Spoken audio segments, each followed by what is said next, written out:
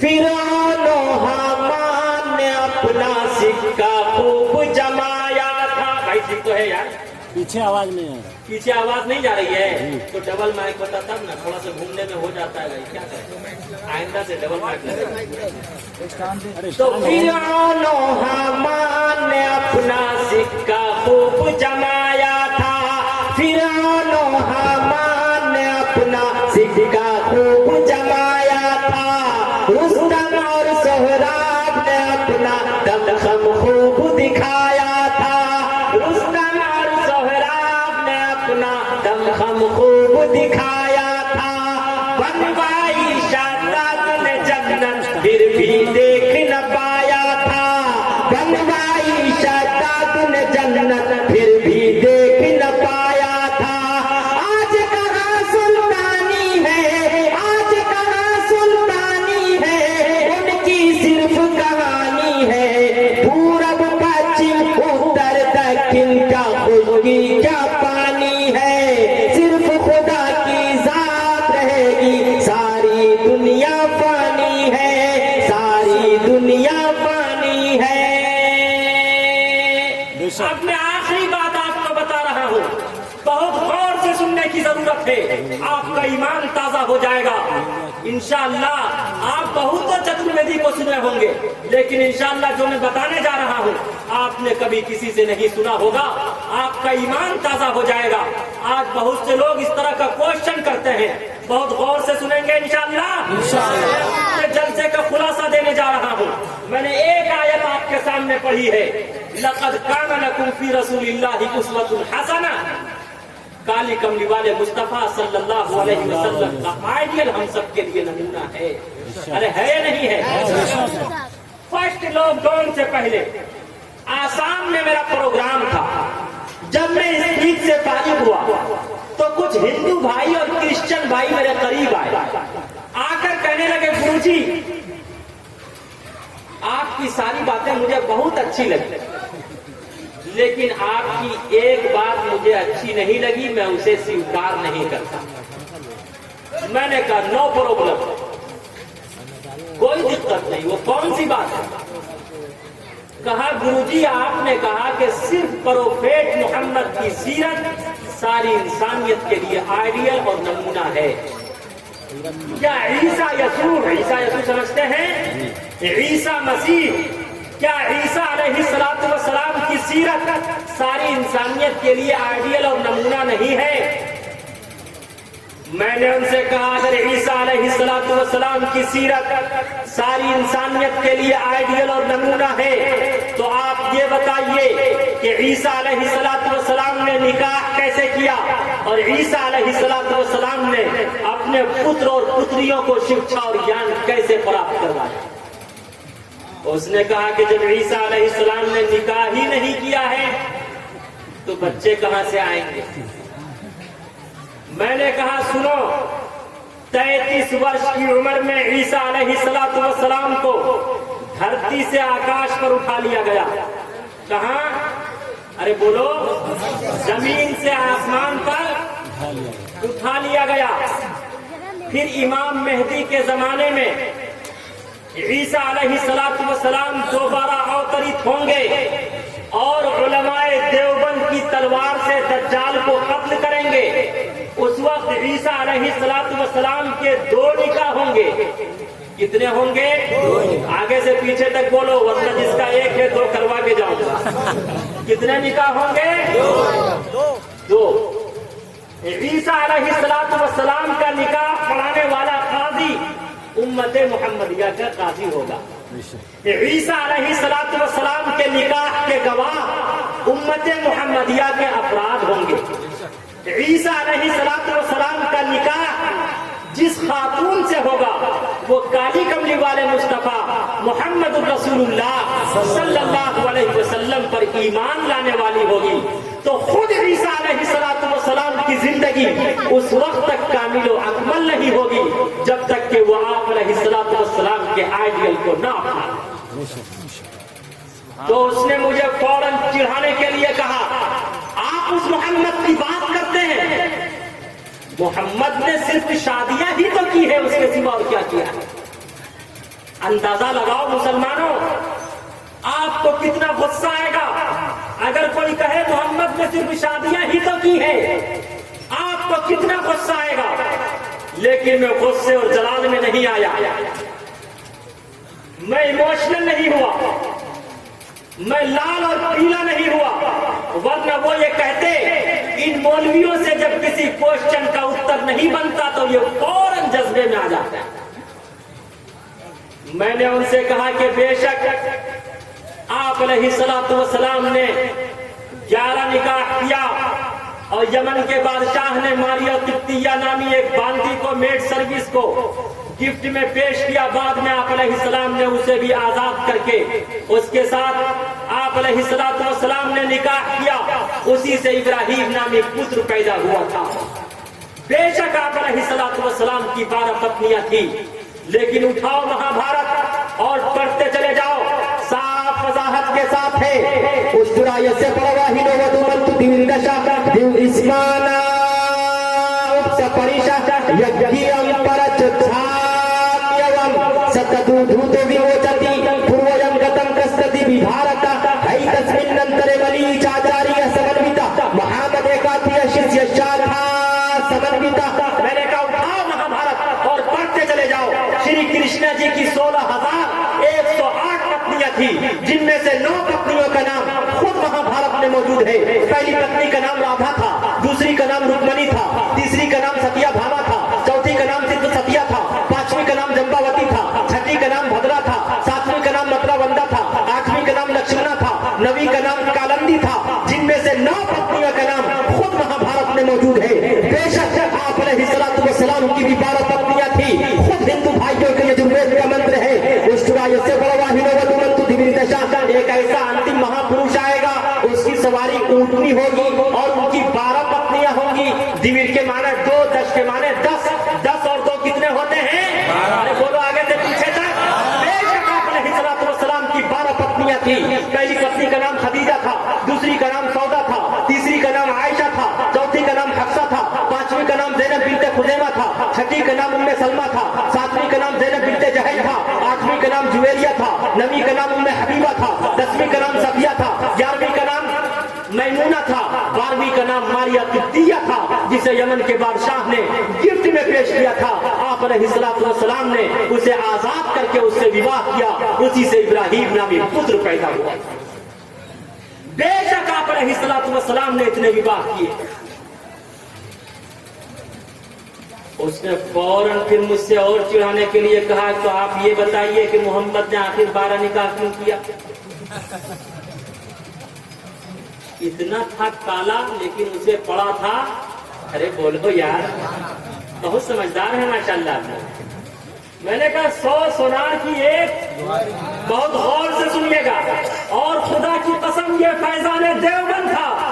उस वक्त इस क्वेश्चन का उत्तर मेरे कल्ब पर अवतरित हुआ।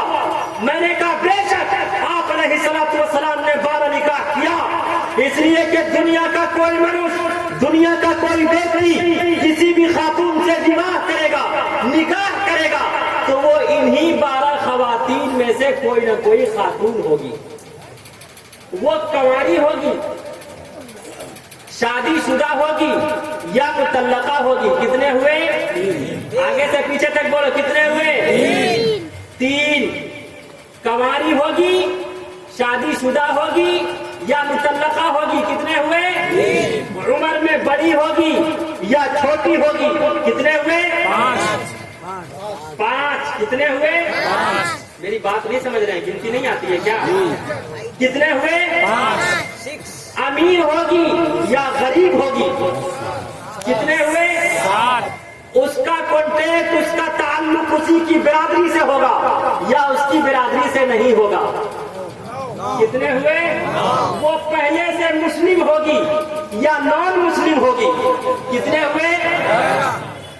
वो मेड सर्विस होगी या आजाद करने के बाद आपने उससे निकाह किया होगा। कितने हुए? बेशक आप अलैहिस्सलातु वस्सलाम ने 12 निकाह किया, लेकिन आप अलैहिस्सलातु वस्सलाम ने अपने 12 निकाह के जरिए सारी इंसानियत और मानवता को मोहब्बत और प्रेम का संदेश दिया। अगर तुम्हारा निकाह किसी ऐसी खातून से हो जो कुंवारी हो,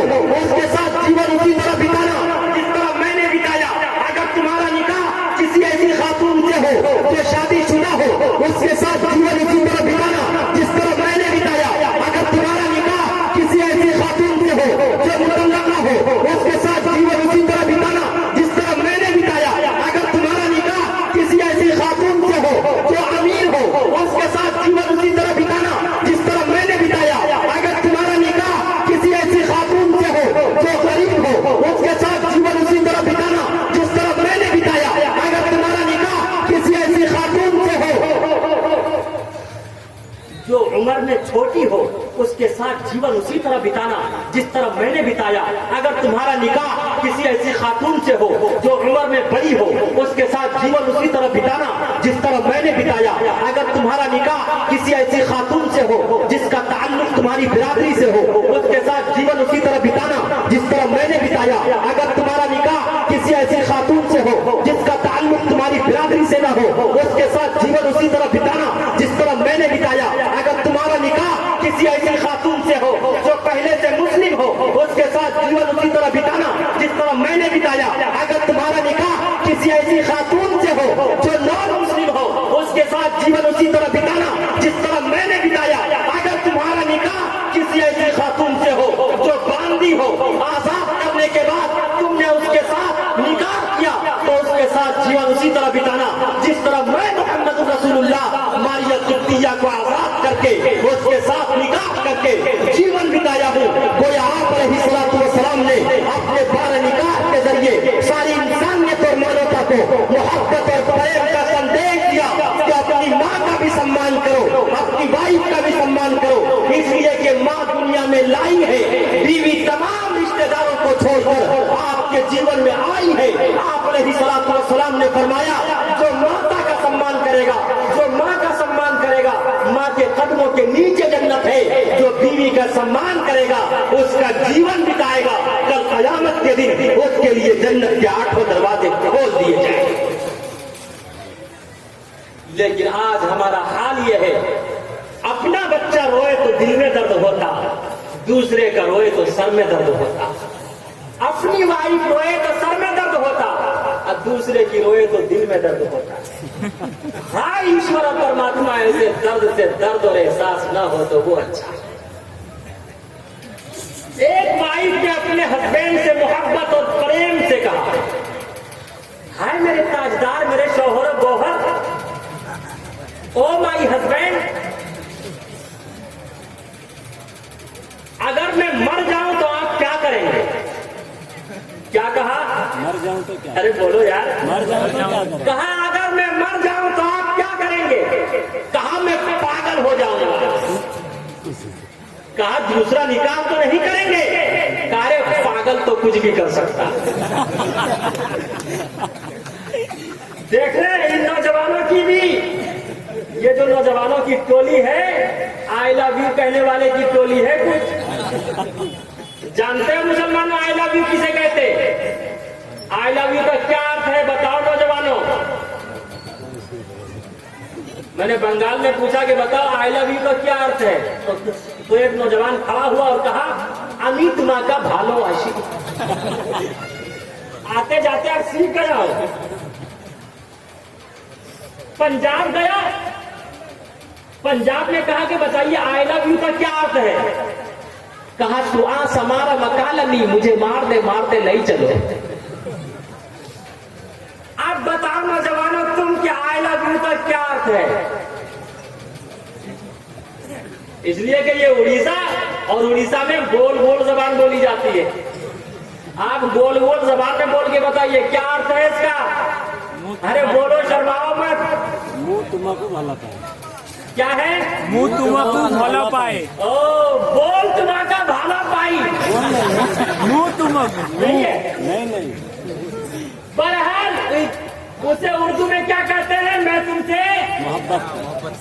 अरे मोहब्बत करता हूँ, प्रेम करता हूँ, प्यार करता हूँ। सेंटेंस गलत नहीं है। अगर कोई अपनी माँ से कहे I love you my mother, I love you my sister, I love you my daughter, I love you my father, I love you my wife, I love you my grandfather, बताओ सवाब मिलेगा या आजाब? सवाब मिलेगा। आगे से पीछे तक बोलो यार। सवाब मिलेगा। क्या मिलेगा? और अगर कोई रास्ते में चलती हुई किसी लड़की से कह दे आई लव यू, क्या मिलेगा? देखिए कह रहे चप्पल मिलेगी, चप्पल। क्या? मिर्जा गालिब से किसी ने पूछा कि चप्पल मुजक्कर है या मुअन्नस, चप्पल जेंट्स है या स्त्री? मिर्जा गालिब ने कहा अगर जोर से लगे तो मुजक्कर जेंट्स, अगर आहिस्ता लगे तो मुअन्नस स्त्री। बल्कि नौजवानों हो जाओ, अपने दिल को मेरे दिल से मिलाओ। अरे अपने आप को मियां कहने वालों, अरे अरे दूसरे को आई लव यू कहने वालों, याद रखो आई लव यू कहा था आयशा नामी खातून ने। आंखों आंखों में इशारे हो गए, हम तुम्हारे तुम हमारे हो गए। आई लव यू कहा, मोहब्बत और प्रेम में निकाह किया। याद रखो जो भी मोहब्बत और प्रेम में निकाह करता है वो हमेशा रोता है, या तो वो आयशा की तरह तड़प तड़प कर अपनी जान का नजराना पेश करती है, वो आयशा की तरह जिस तरह आयशा ने तड़प तड़प कर दम तोड़ा। अगर वैसा हर्ष नहीं होता तो खुदा की कसम वो शबनम और सलीम का किस्सा आपने सुना होगा। शबनम शोला बन गई, सलीम मुस्तफा नहीं रहा, बल्कि दोनों के लिए फांसी की सजा तजवीज की जा चुकी है। अगर वो हश्र भी नहीं हुआ तो खुदा की कसम उसकी जिंदगी में बरकत नहीं होगी, खुशहाली नहीं आएगी। खुदा की कसम वो दोनों मियां बीवी घुट घुट कर पूरी जिंदगी गुजर बसर करते हैं। इसलिए आए नौजवानों, आज ये वादा करो हम आई लव यू मोहब्बत और प्रेम में किसी भी गर्लफ्रेंड से शादी और विवाह नहीं करेंगे। हमेशा अपने पेरेंट्स अपने वालिदैन के मशवरे से उनकी रजामंदी से निकाह करेंगे तो अल्लाह की तरफ से रजा के फैसले होंगे, रहमत और बरकत का फैसला होगा, रहमत और बरकत का नज़ूल होगा इंशाअल्लाह। आई लव यू कह के कौन कौन निकाह करेंगे थोड़ा हाथ उठा के बता दीजिए। कोई नहीं ना करेंगे नौजवानों।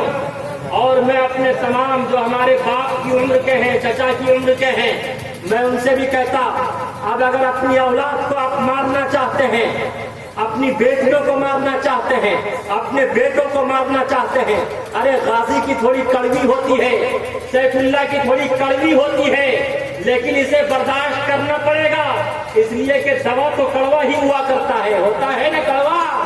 याद रखो, अगर अपने बच्चों को और बच्चियों को मारना हो तो तीर और तलवार की जरूरत नहीं है, बम और बारूद की जरूरत नहीं है, उसके हाथ में स्क्रीन टच मोबाइल दे दो, वो खुद ब खुद तबाह हो बर्बाद हो जाए। बेशक हमारी औलाद, हमारे पुत्र, हमारी पुत्रियां मोबाइल से बच नहीं सकती, लेकिन कम से कम हम निगरानी तो रख सकते हैं कि हमारी बच्चियां किसी बॉयफ्रेंड से बात तो नहीं कर रही है, हमारा बच्चा किसी गर्लफ्रेंड से बात तो नहीं कर रहा है। आज हमारी बच्चियां बॉयफ्रेंड के साथ जा रही है घूमने के लिए, हमारी पेशानी पर शिकन तक नहीं आता। आज ये वादा कीजिए कि इंशाअल्लाह हम सब निगरानी रखेंगे कि हमारे बच्चे किससे बात कर रहे हैं, हमारी बच्चियां किससे बात कर रही हैं। इंशाअल्लाह हम सब की जिंदगी में निखार आएगा, हमारी औलाद की सही तरबियत होगी, करेंगे इंशाअल्लाह। तो हाथ उठाकर वादा कीजिए इंशाअल्लाह। और जितने नौजवान हैं वो ये तहैया करें कि हम कभी मोहब्बत और प्रेम में किसी से शादी नहीं करेंगे इंशाअल्लाह। और एक अजीब बात, और हर छोटा बड़ा होना चाहता है, हर बड़ा शादी करना चाहता है और हर शादीशुदा तलाक देना चाहता है। अजीब बात है। और जो भी तलाक देता है वो कहता है हजरत मेरे गुस्से में दे दिया। अरे उल्लू का बट्ठा तो मोहब्बत और प्रेम में कौन देता है?